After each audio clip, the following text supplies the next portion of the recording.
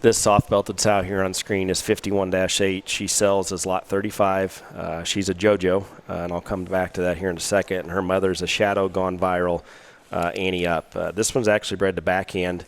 Backhand is a backslap son that Cobb bred. I know Aaron kind of dove in the deep end with him and used him a lot.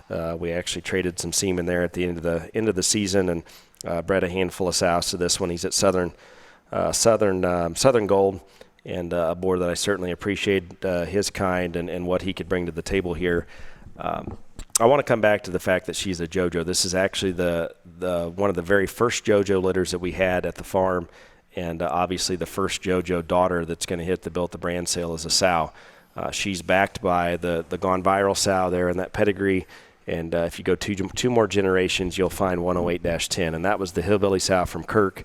That was, obviously the foundation of King of the Hill and Little Bro. I still think that was the most impressive and best generating hillbilly that we had from Kirk, and I don't think he would disagree with that. But good stuff on the bottom side here. There's a lot of bone in this pedigree.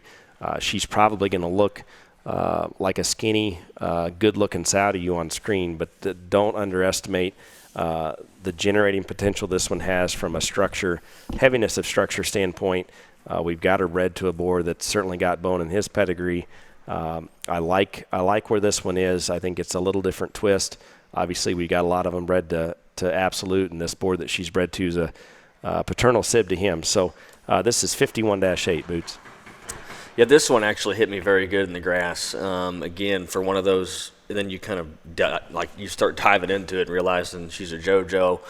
It goes back to the Gone Viral stuff on the bottom side, and it honestly kind of gets me more sparked up there. But her height of shoulder, her look, her levelness, and her looseness, man, it's just tailored to take to that traditional type power bore.